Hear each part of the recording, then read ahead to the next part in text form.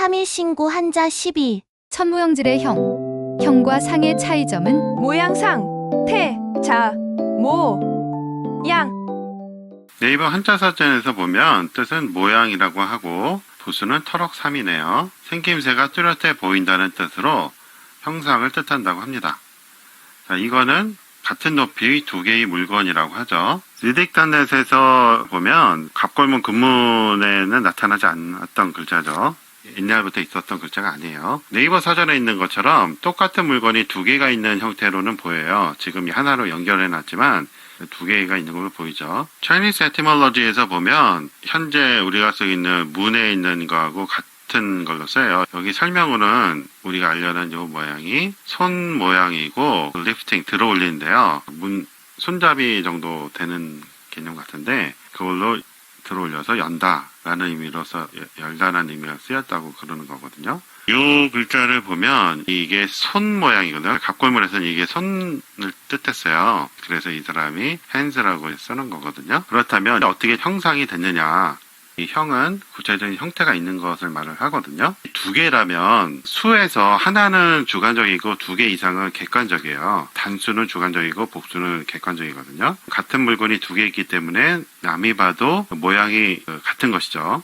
터럭삼은 빛깔, 무늬 이런 거로 해석이 될 수가 있는 거죠. 털보다는 무늬나 빛에 의해서 똑같은 두 개의 모양이 나타나는 내가 봐도 남이 봐도 같은 모양인 그런 것을 말을 하는 것이죠. 요거는 코끼리상이라고 하죠. 돼지 시가 부수라고 하고요. 코끼리인데 갑자기 모양 형상이라는 뜻이 있어요. 상형문자로서 코끼리 모양으로 코와 귀의 특징을 나타냄이라고 하거든요. 리딕단넷에서 상을 찾아봤습니다. 설문해자의 설명에는 귀와 상아 그리고 네 다리의 형상이다 라고 써놨어요. 갑골문에를 보면 동물 모양으로 확 보이죠. 그게 시간이 지나면서 이렇게 변한 거예요. 지금 모양은 동물 모양으로 전혀 안 보이는데 갑골문일 때는 이게 몸통이고 머리고 코고 꼬리고 확실하게 구분이 됩니다. 코가 긴 걸로 봐서 이게 코끼리였구나.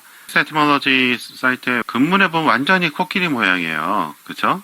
코끼리 그림 그대로예요. 그것이 이렇게 변한 거예요. 한비자라는 책이 있어요. 6권에 해로라는 데에 찾아보면 코끼리 상에 대한 설명이 나옵니다. 왜 코끼리가 형상이라는 뜻으로 쓰였는지 나와요. 사람들은 희망한다. 살아있는 코끼리를 보기를 사상, 죽은 코끼리를 얻어서 그 뼈를 보고 도안을 한대요.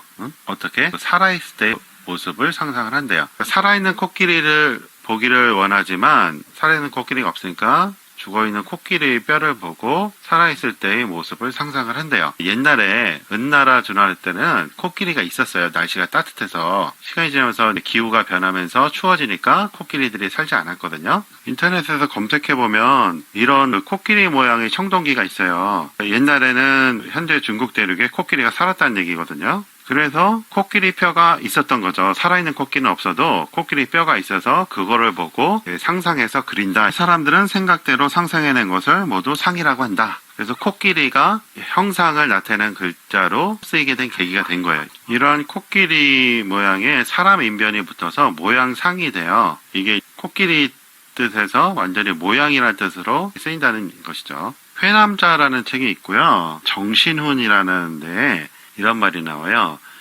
옛날에 아직 천지가 있기 전에 오직 형태 없는 모양만 있었다. 무형이잖아요. 형태가 없는 모양만 있었다. 그러면 형과 상이 구분된다는 걸 알 수 있죠. 형태라는 거는 물질이 생긴 거고 상이라는 건 물질이 없기 전의 모습이에요. 이해되시죠? 현재 과학에서도 물질이 생기기 전에 어떤 에너지가 있었다고 하거든요.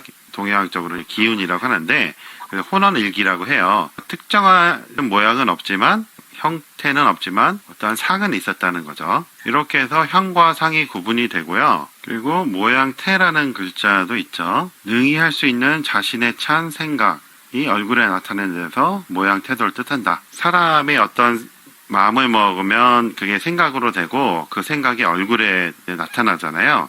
그것을 뜻하는 것이죠. 관련 단어로는 태도, 태세 이런 것들이 있어요. 수동태, 능동태 이런 것도 있죠. 그리고 모양자라는 글자도 있는데 맵시라는 뜻 있잖아요. 여자가 얼굴 모양이 모두 고루 아름다운 모습이라고 하거든요. 여자의 외모와 관련해서 나타난 글자예요. 자세라는 거 많이 쓰죠. 그리고 자태라는 말도 쓰잖아요. 한자를 만든 사람들이 대부분 남자잖아요. 여자한테 더 관심이 많아요. 그래서 이 계집 여자가 들어가 있는 거죠. 그리고 모양모라는 게 있어요. 모양 얼굴이라는 뜻이죠. 안면 자태.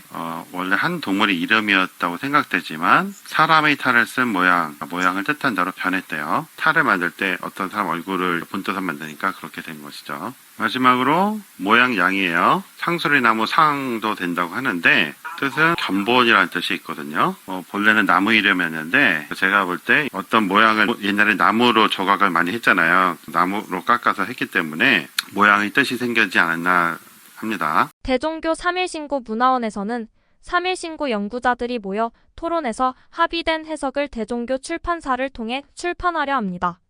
공동저자에 참여할 분들을 토론회에 모십니다. 많은 참여 바랍니다. 후원계좌 카카오뱅크 333-3-2-4-2-6-7-6-3-6-3 문의 010-5787-7998 구독해주세요. 시청해주셔서 고맙습니다. 이 영상은 클로바 더빙과 브루 인공지능 음성으로 제작되었습니다.